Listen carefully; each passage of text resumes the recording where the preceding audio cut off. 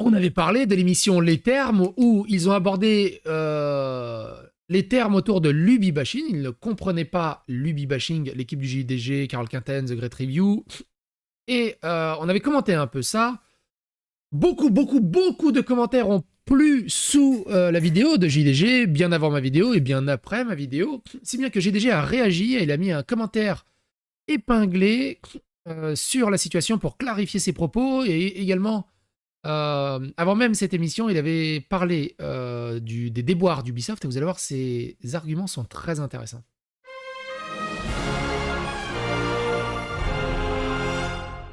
Attention, please. Tu vas parler des dividendes de MV, il a enflammé Internet récemment. Alors, on va en reparler, Oz, mais ceux qui suivent la chaîne activement, on en avait déjà parlé plusieurs fois. Mais là, c'est en train de refaire le tour sur Twitter, mais on va en parler après. JDG et les termes ça c'est ma vidéo, donc c'est pour comprendre l'idée, c'est l'origine story, allez regarder ma vidéo, le lien est dans la description.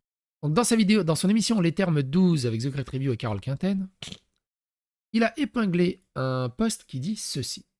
Bon, pour tous les imbéciles, pour rester poli, qui débarquent depuis précisément 5 heures pour lâcher exactement la même insulte comme des putains de moutons, qui se contentent de répéter un truc qu'ils ont entendu ailleurs, J'en ai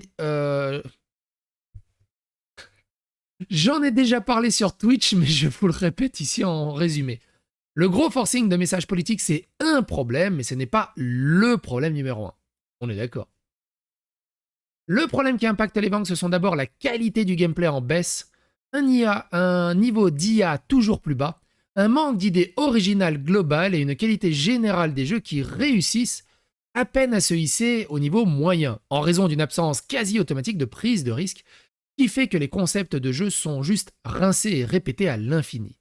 Et forcément, tu compares ça avec les grandes heures de la marque, il y a une grosse dizaine d'années, ça fait mal au derche. Alors oui, je suis totalement d'accord là-dessus. Le wokisme, les DEI, n'est pas le problème, ça fait partie d'un plus gros problème. Le truc que moi j'ai envie de rajouter dessus, c'est que depuis 5 ans, on va dire 5 ans, la politique DEI d'Ubisoft, la politique DEI des studios de jeux vidéo en général, a drastiquement augmenté. C'est bien que maintenant, les DEI, l'inclusivité et la diversité est au cœur même de la politique d'embauche de Ubisoft et des autres studios. Et que ça a créé une fuite des talents. C'est-à-dire que les gens talentueux sont dégagés et on a, par l'obligation des quotas, comme on l'a vu dans les analyses des rapports financiers qu'on a fait de 2023 et de 2024, notamment du côté d'Ubisoft, par l'obligation des quotas, par l'obligation de créer des groupes dédiés aux noirs, aux queers, aux LGBT et tout ça, par l'obligation de mettre des personnes de la diversité et de l'inclusivité dans des postes à responsabilité, eh ben, ça fait une fuite des cerveaux, ça fait une fuite de la qualité. Et du coup, la qualité baisse. Donc, au-delà de ça, oui, les jeux sont beaucoup moins bien torchés qu'avant, sont beaucoup plus buggés, beaucoup moins peaufinés, mais pour moi, c'est aussi un énorme indicateur de cette problématique-là. Je me dis que en 5-10 ans, si la qualité des jeux a baissé, c'est aussi un gros point sur ça. Et je me dis que, et c'est là où c'est aliénant, c'est que sur 5-10 ans, j'ai l'impression d'avoir perdu mon temps. Au lieu de peaufiner des jeux et de sortir des jeux magnifiques, c'est le wokisme qui est au cœur de leur stratégie, la diversité et l'inclusion qui est au cœur de leur stratégie. Il faut s'appliquer à l'audience moderne de maintenant plutôt que juste de faire des bons jeux. Vous voyez où je veux en venir? Vous voyez où je veux en venir? Tout le truc de woke machin et compagnie que moi j'appelle du forcing politique, ça rentre dans la catégorie mauvaise qualité des scénarios, ce qui est un des problèmes. Alors, c'est pas que mauvaise qualité des scénarios. Le forcing politique, c'est aussi dans les embauches. Quand tu es obligé d'embaucher des personnes sur l'orientation politique, sur l'orientation de la sexualité, sur l'orientation de la couleur de peau, tu ne peux pas te focaliser sur la qualité de la personne. Ce qui est un des problèmes, mais encore une fois, selon moi, ce n'est pas le truc. Ça, on est d'accord. Qui fait que les jeux se vendent plus. Vous voyez trop ça à travers le prisme des réseaux sociaux. Dans la vraie vie, la plupart des gens s'en battent les couilles de ce genre de considération. Last of Us 2, c'était woke as shit, et le jeu a été un carton de fou. Alors c'est pareil, Last of Us 2 a été un carton de fou parce que les gens s'attendaient à avoir la qualité du premier. Ils s'attendaient pas à ce que on joue au golf et que le scénario parte dans ce sens-là. Là, s'il y a un Last of Us 3, je suis très curieux de savoir s'il fera les ventes de Last of Us 2. Il y a quelque chose qui s'est brisé. C'est comme Saints Row le remake. Hein. Il s'est plutôt bien vendu, hein, Saints Row le remake. Les développeurs ont dit, hey, regardez les ventes. Bon, ils ont fermé après, peu de temps après, parce que c'était une catastrophe. Il y a plein de jeux comme ça qui sont bien vendus, et les gens se sont rendus compte de l'arnaque et que c'était pas aussi bien que le précédent. Et dans le jeu suivant, bah, les ventes ont été défoncées. Regarde Halo, regarde les Halo. C'était catastrophique. Pareil pour Cyberpunk 2077 et Baldur's Gate 3. Alors, je sais pas où ils vont chercher du wokisme dans Cyberpunk 2077. Je sais pas. C'est pas le premier à sortir cet argument. J'ai pas souvenir. J'ai souvenir plutôt d'un drama à la Harry Potter que c'est pas assez woke, mais que c'est pas trop woke, tu vois. Par contre, Baldur's Gate 3, ouais, il y a un peu de wokisme.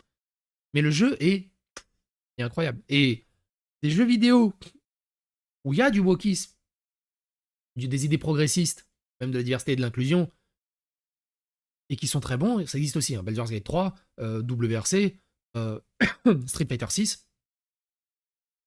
Mais le jeu propose tellement de qualité que tu t'en fous au final. Même Yakuza, hein, si vous reculez un peu sur Yakuza, il y a énormément de quêtes et de sous-textes progressistes.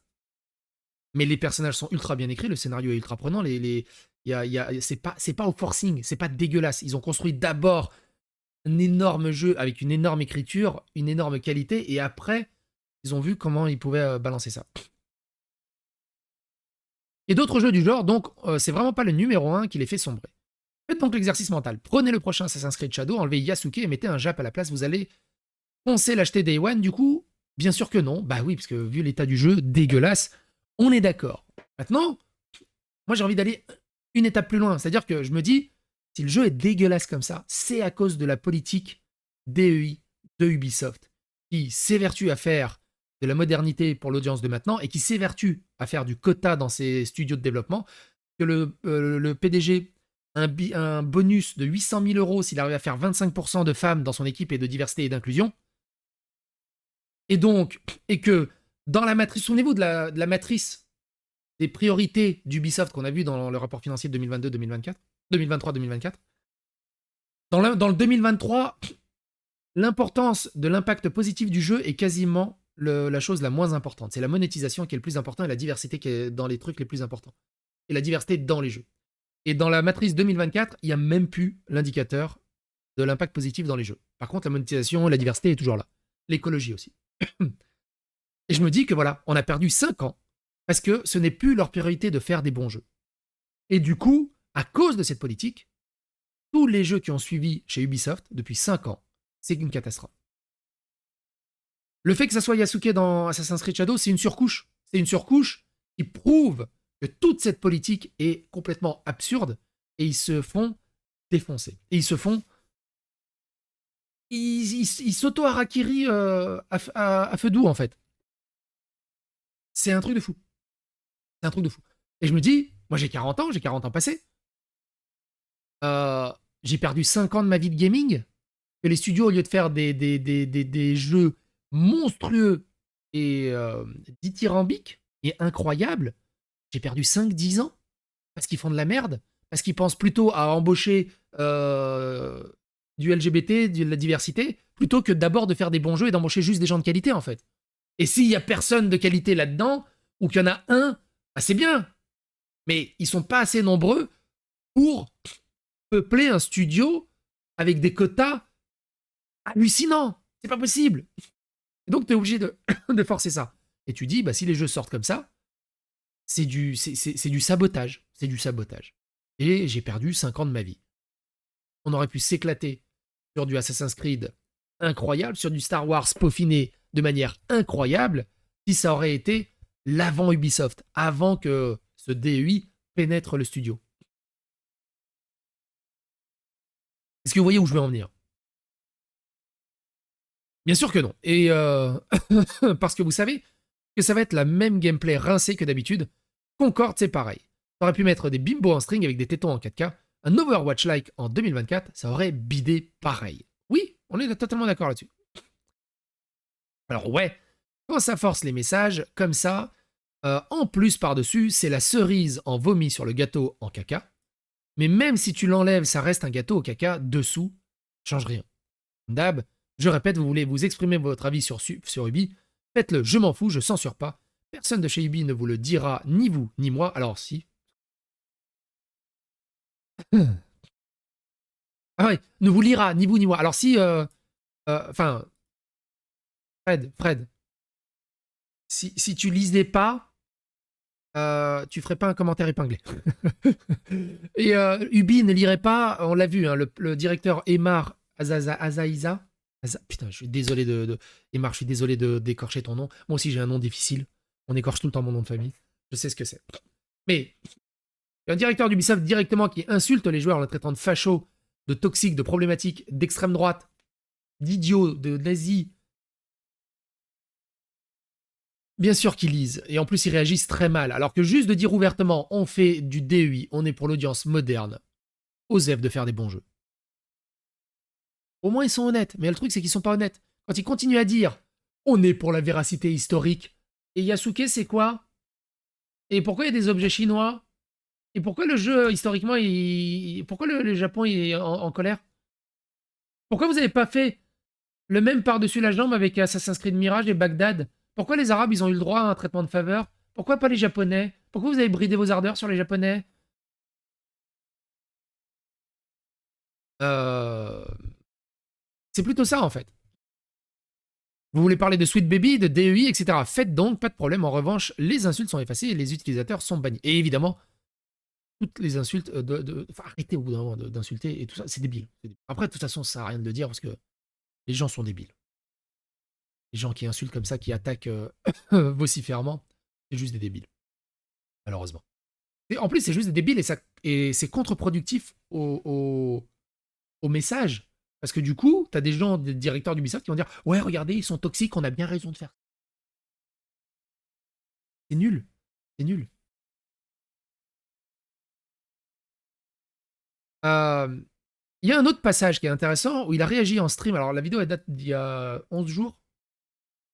Mais son passage, il est assez intéressant. Sa prise de position est assez intéressante aussi par rapport à Ubisoft. On va l'écouter. J'ai vu pour Maggie Smith, j'ai vu.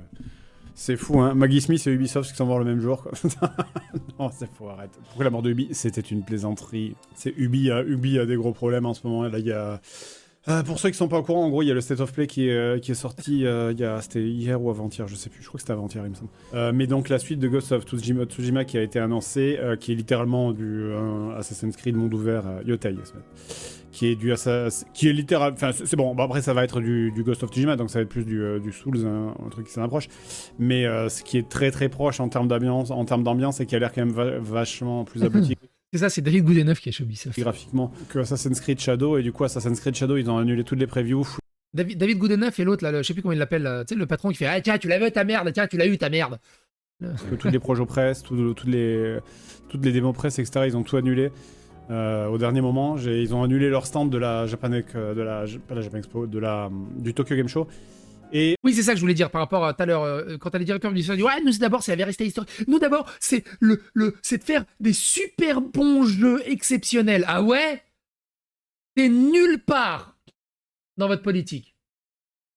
Et quand on voit la gueule des jeux qui sortent, j'espère que tu considères pas ça comme des jeux exceptionnels. Et pareil, le Guillemot et d'autres patrons qui disent on n'a pas de politique et d'agenda dans notre studio. Et au bout d'un moment, arrêtez de mentir aux joueurs. Les joueurs seront beaucoup moins aliénés et beaucoup moins colériques. Parce qu'on se foutrait pas de leur gueule à ce point-là. Et ils ont repoussé le jeu à 2025. Et quand tu ajoutes ça avec ce que je disais, moi j'avais tweeté là-dessus que si tu ajoutes ça avec les ventes un peu mid de Star Wars. JDG dit il est terme en dehors des termes. Je crois que ça va être le titre de la vidéo. Outlaws, hein, qui encore une fois, moi je trouve que le jeu n'est pas mauvais, mais par contre, le jeu il est juste ok. Ça commence à devenir un problème pour Ubisoft. En fait, Ubisoft c'est devenu, pourtant avec vraiment toute l'affection que j'ai pour eux, mais c'est vraiment devenu une boîte qui fait des jeux ok. Tu vois. Donc en résumé, c'est... Et c'est pour ça aussi, moi aussi j'ai une énorme affection pour eux. Monstrueuse. Affection pour eux. Tiens, je vais vous montrer un truc vite fait. Je sais pas si ça va être visible, mais faut que je vous montre un truc.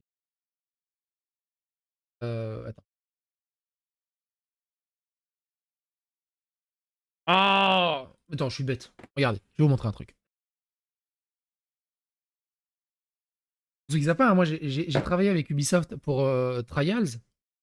pendant des années avec Renling Studio. Et, euh, et j'ai un amour pour Ubisoft quand ils faisaient des trucs bien. Alors j'ai fait un room tour de mon bureau pour ceux qui s'intéressent. Mais ce que je veux vous montrer. Ça, ça là. Vous voyez ça? Ah, je peux pas zoomer, putain. Pas grave. J'ai quasiment toutes les figurines d'Assassin's Creed. J'ai un hôtel qui est dédié à Ubisoft dans ma bibliothèque, qui est là. À Trial, qui est là. J'ai des figurines Assassin's Creed absolument partout. J'étais un très très gros fan de Ubisoft et d'Assassin's Creed notamment. Et Watch Dogs aussi. Et de voir la déchéance, de voir leur déchéance, c'est vraiment de voir un membre de ma famille qui sombre dans l'alcool et qui refuse de reconnaître qu'il a un problème d'alcoolisme en fait. C'est pour ça qu'on est aussi pointilleux. On est en train de leur dire qu'ils ont un problème d'alcoolisme et ils disent non, non, non. Et de l'opérichimie mineuse. Non, non, non. Je te rappelle que jusque dans les années 60, il y avait du vin dans les écoles primaires. Je déconne pas, c'est une vraie info, ça. Je crois qu'on fait pas plus français que ça.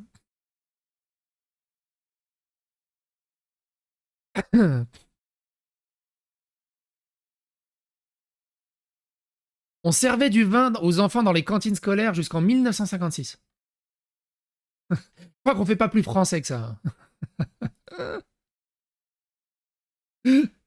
Ça devient un peu problématique pour une grosse société comme Ubi de réussir à ne faire que des jeux qui sont ok tiers. Voilà. D'autant plus qu'ils ont le même problème, que beaucoup de jeux, AAA, c'est qu'ils n'arrivent pas à, ils ont pas d'idée quoi. Ils ont pas d'idée. Alors ça, je suis totalement d'accord avec Joueur du Grenier là-dessus.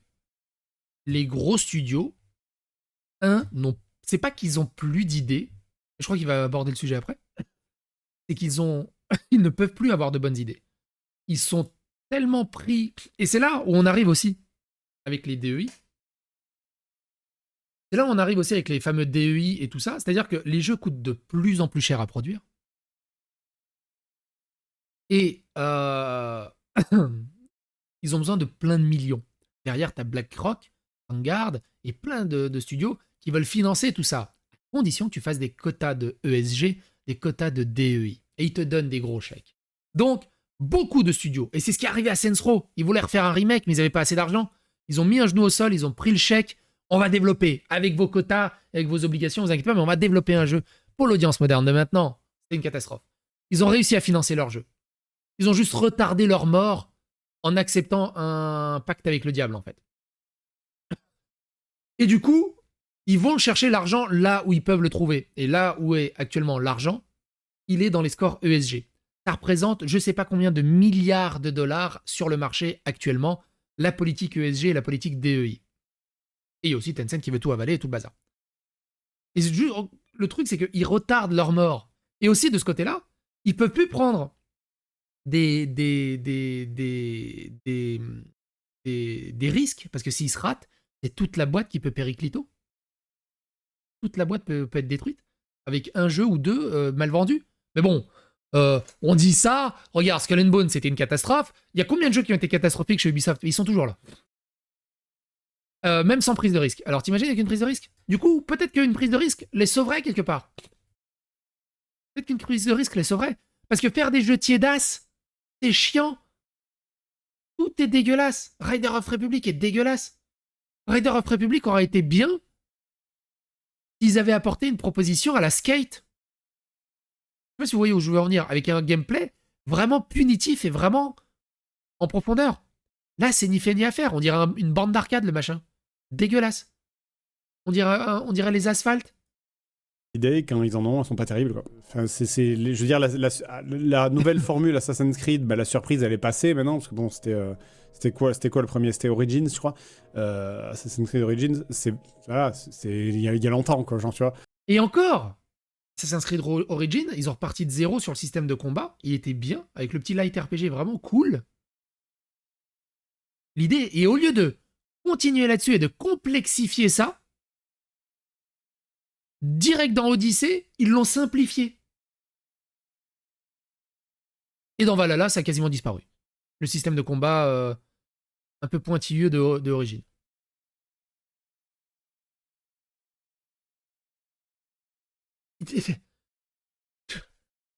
Il ferait un Assassin's Creed d'origine encore plus à la For Honor dans le système de combat. Avec un peu un arbre de compétences. Bon, on va peut-être pas faire un arbre de compétences à la Pass of Exile, hein? Vous l'avez vu, l'arbre de compétences de Pass of Exile? Pour ceux qui jouent pas à Pass of Exile. Bon, je veux pas non plus un arbre de compétences à la Pass of Exile, ok?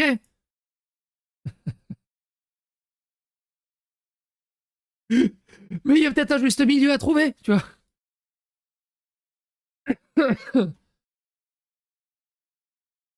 Le truc, c'est qu'ils ont des bonnes idées. Oh, on en fait. Ouh là là. C'est trop compliqué pour les joueurs modernes. Ouh là là.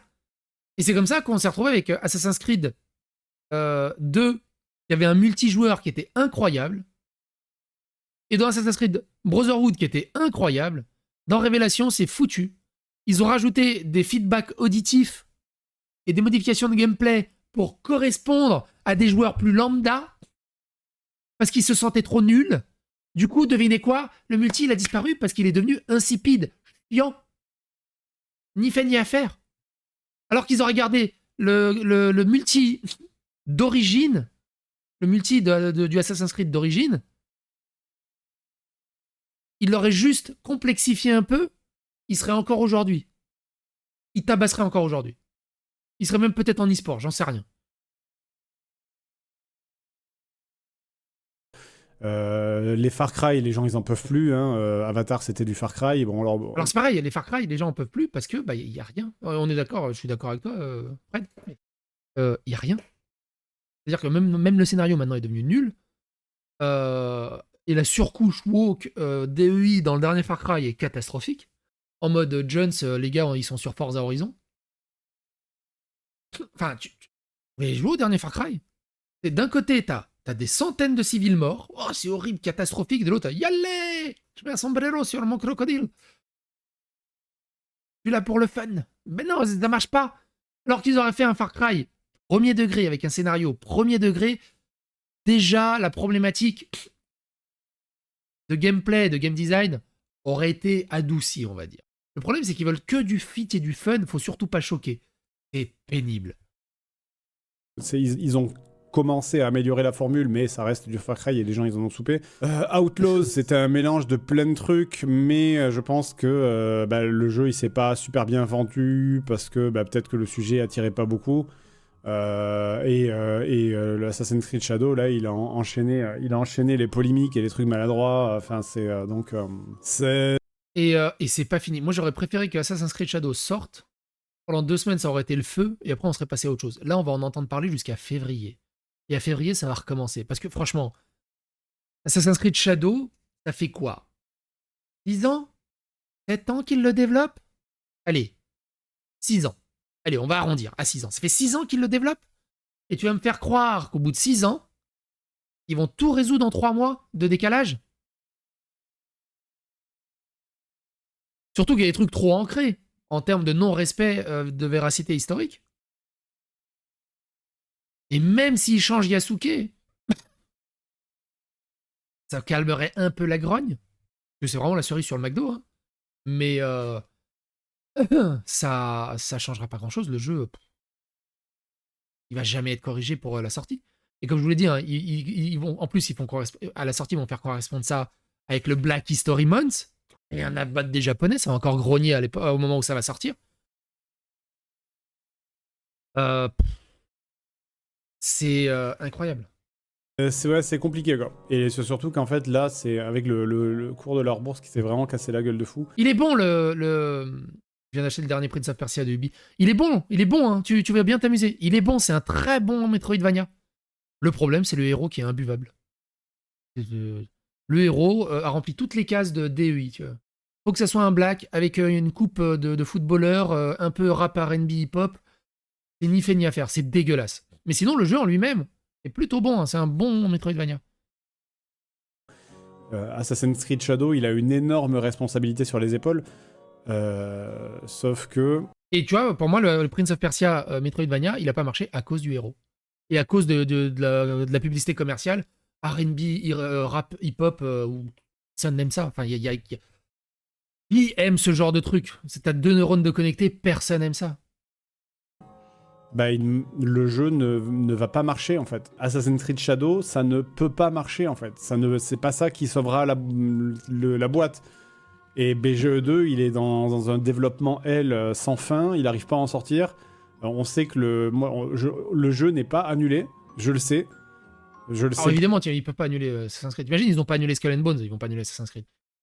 Ubisoft est dead, pourquoi continuer de leur prêter de l'intérêt? Franchement, les gars, oublions ce studio dégénéré. Alors, Tony, je comprends, tout à fait, t'as totalement raison là-dessus, mais t'as vu le mais qui fait chier.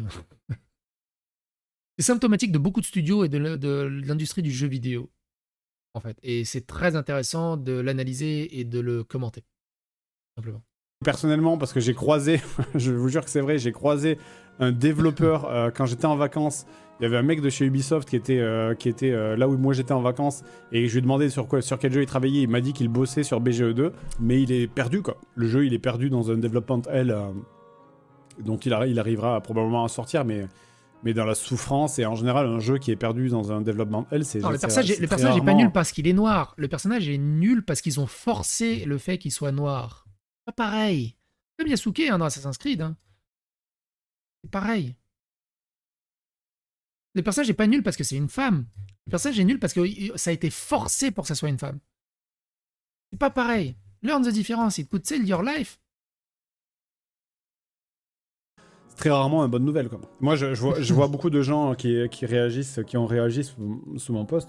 Et au-delà de ça, noir, mais avec un look hyper moderne du XXe siècle, dans un truc à la Prince of Persia à l'ancienne. C'est débile. C'est débile. J'ai vite fait lu, alors j'ai pas tout lu parce qu'il y a plein de gens qui se battent entre eux, ça m'intéresse pas. Mais c'est moi je leur saute pas de fermer en fait, il y a plein de Est-ce que vous arrivez à regarde, une question simple. Est-ce que vous arrivez à comprendre pourquoi Yasuke est complètement débile comme samouraï de Assassin's Creed et pourquoi le manga Afro Samurai est un banger et absolu, c'est un manga légendaire qu'il faut absolument lire. Si vous n'arrivez pas à comprendre pourquoi l'un c'est bien et l'autre c'est pas bien, prenez du recul, regardez mes vidéos plus en détail, posez-vous, réfléchissez. Mais au bout d'un moment, je peux pas vous réexpliquer non-stop l'eau chaude et l'eau tiède. il y a plein de boîtes, enfin il y a plein de gens qui Oui, leur pareil, souhaitent regardez de fermer. Adewale. Le DLC avec Adewale était exceptionnel. Enfin, peut-être pas exceptionnel. Mais il était très bon. Il était très très sympa. Le Assassin's Creed avec Aveline était très très bien. Très bien. Mais en mode genre j'espère qu'ils vont se casser la gueule et tout, ces connards de fils de pute machin. Moi je leur souhaite pas ça parce que bon, en fait le truc c'est qu'on est déjà dans une situation très très difficile en France au niveau du jeu vidéo, vraiment. Et posez-vous la question, pourquoi on n'a pas eu un noir dans Assassin's Creed Mirage? Ou un blanc? Ou un italien? Ou un chinois? Ou un japonais? Pourquoi? Pourquoi pour Mirage, ils ont été obligés de se forcer à mettre un arabe? Pourquoi? Posez-vous la question, pourquoi? Et on l'a vu aussi, alors, la vidéo n'est pas encore sortie, au moment où je tourne cette vidéo, mais tout ceci, vous pouvez le mettre en exergue. Rien à voir avec StarCraft. Mais vous pouvez le mettre avec... Je vous invite à regarder cette vidéo aussi. Parce que c'est la même problématique de DU et d'inclusivité. Disney avoue que Vice Versa 2 aurait dû être plus gay et qu'ils ont retiré les histoires LGBTQ. Ils ont dans les premières versions de Vice Versa jusqu'à quasiment la fin de production, Riley, l'héroïne, qui je vous rappelle a 12 ou 13 ans je crois, avait limite une relation un peu lesbienne avec l'autre personnage principal du film. Et ça a été retiré en catastrophe parce que Disney avait peur de la réaction et que Disney Pixar avait peur de la réaction et c'était un peu leur dernière chance de sauver Pixar. Il fallait absolument pas que le film bide. Donc ça a été retiré au dernier moment.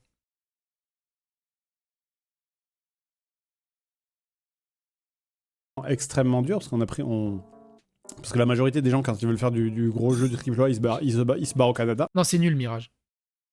Mirage, c'était un Assassin's Creed de commande. C'est oh, on va faire un petit Assassin's Creed pour caresser dans le sens du poil le monde arabe, pour aller chercher des financements et des prix de ce côté-là. C'est tout.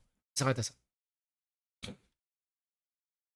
Si t'avais une grosse boîte comme Ubisoft qui vraiment se cassait la gueule ou qui était rachetée, bah ok, vous avez votre vengeance sur quoi? C'est pendant 5 minutes.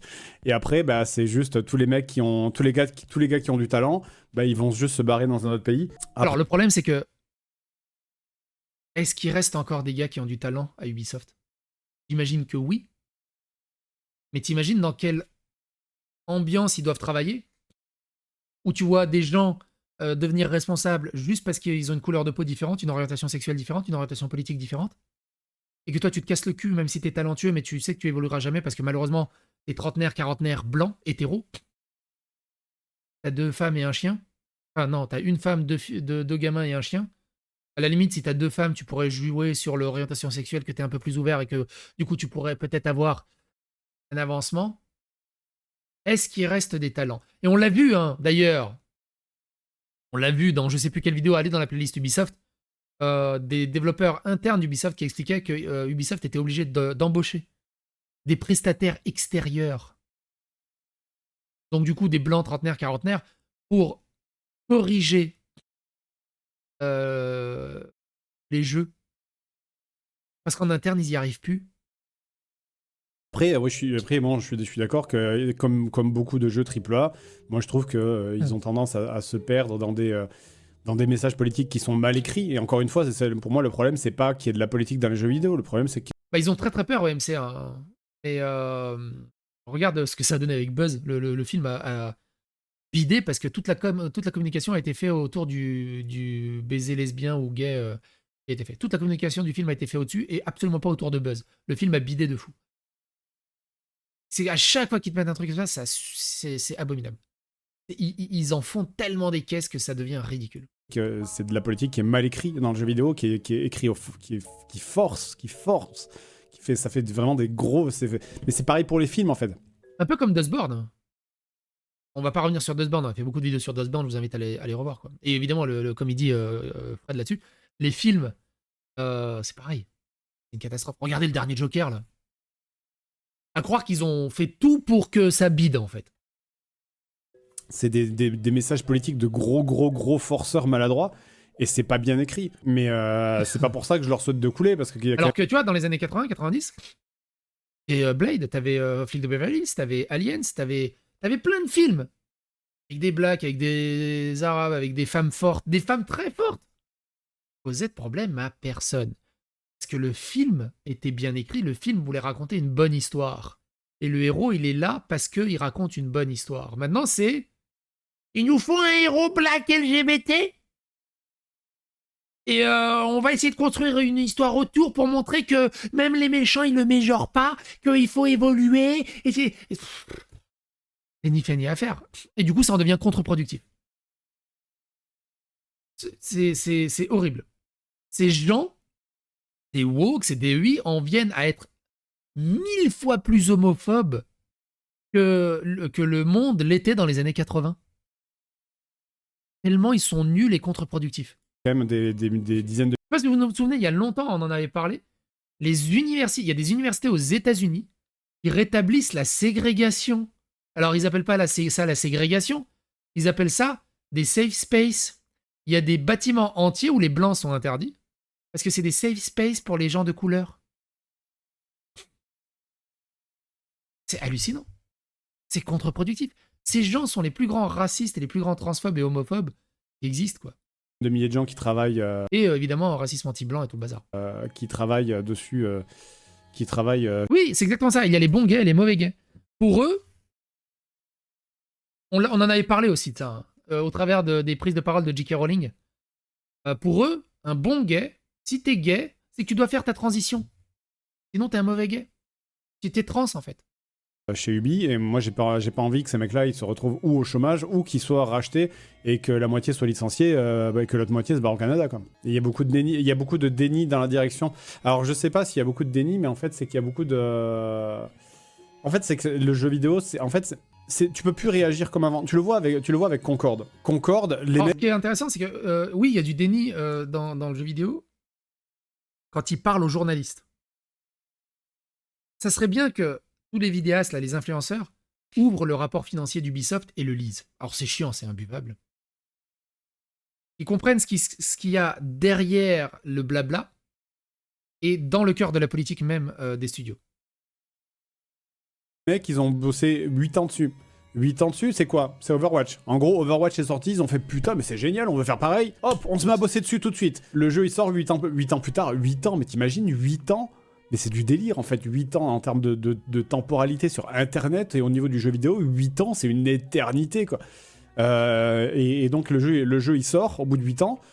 Bah, tout le monde s'en fout, c'est normal, parce que les gens, ils sont... Alors, je suis totalement d'accord avec... tout le monde s'en fout là-dessus. Le jeu, en plus, il est insipide, il est en dessous. Mais en plus, la surcouche, les devs de Concorde qui expliquaient à la GDC qu'il faut intimider les développeurs blancs pour faire accepter les questions de DEI. Il faut lutter contre le patriarcat et... enfin, il y a ça aussi qui a joué sur l'échec de Concorde. En plus que le jeu était pas ouf. sont passés à autre chose, mais depuis super longtemps, en fait. Ah oui, il y a longtemps la vidéo d'Evergreen de Sangue est sympa. Si tu cherches sur ma vidéo, tu taperas Evergreen, on a fait une vidéoscopie de cette vidéo. Si ça t'intéresse. Et c'est ça, c'est ça le vrai problème, c'est que... Ah oui, il a raison, ça, j'ai déjà l'inertie dans les studios de jeux vidéo. C'est comme dit, hein, le DEI, le Wokis, c'est pas que ça qui fait un échec. Mais il y a cette surcouche qui, pour moi, je trouve, n'est drastiquement jamais abordée ou trop peu abordée parmi les gros influenceurs, en fait.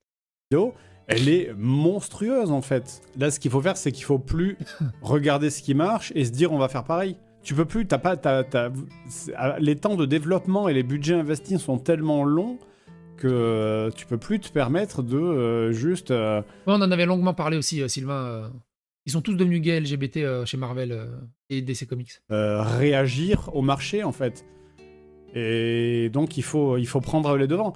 Bah, tu vois, moi, j'ai peur pour le futur de GTA qui soit gangréné par cette idéologie mortifère. Moi, tu vois, déjà, le trailer, moi, m'a posé problème, où t'as le mec, c'est juste un cuck, il n'existe pas, et c'est la nana femme forte qui est devant en mode ils en font trop, déjà, je trouve ça abusif. On verra ce que le jeu dit.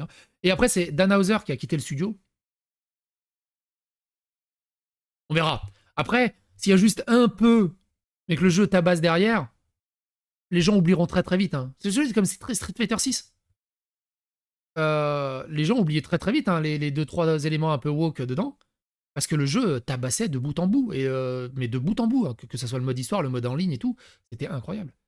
Il faut une vision, ouais, il faut une vision de projet, il faut de l'audace en fait. Et de l'audace quand tu jongles avec des budgets qui peuvent tuer ton studio, bah c'est compliqué d'en avoir. Moi mais il faut se mettre à la place aussi des investisseurs. On dit ouais, il faut des couilles un peu, il faut de l'audace. Au pire ça marche pas, ouais, mais ouais, ça marche pas, bah tu coules la boîte. Quoi. Il faut inventer, il faut innover.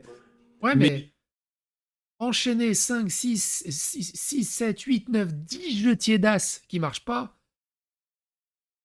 Et innover, t'as une chance sur 2 de couler ta société. Donc, et ça, c'est très compliqué en fait. C'est très compliqué quoi.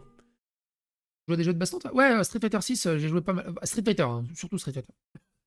Street Fighter 6, j'ai passé un bon petit moment. Je suis monté presque diamant. Je suis pas à un niveau exceptionnel, hein, mais je suis monté presque diamant. Ou je suis monté diamant. Non, je suis monté presque diamant, je crois que c'est ça. Le truc en dessous de diamant, là, c'est quoi? C'est gold? Non, j'étais monté diamant, du coup. Je sais plus. Je sais plus. Mais j'ai 2-3 000 matchs sur Street Fighter 6. Il était vraiment bien, Street Fighter. Vraiment bien. Bref, qu'est-ce que vous pensez? On a beaucoup dérivé parce que le sujet est passionnant, mine de rien, sur tout ça. Qu'est-ce que vous pensez de la prise de parole, des termes dits par Joueur du Grenier? Ou, simplement, qu'est-ce que vous pensez de la prise de parole et des termes dits par Psychodélique? Quoi qu'il en soit, n'hésitez pas à vous abonner, liker, clocher, c'est très important pour la psychosphère. Comme le dit Joueur du Grenier, faites rayonner la psychosphère de manière bioéquitable. Soyez correct, ne soyez pas contre-productif. Parce que quand vous parlez en mon nom, ou quand vous parlez en étant de ma communauté, vous représentez aussi mon image. Mais je sais que vous êtes des amours. Bisous.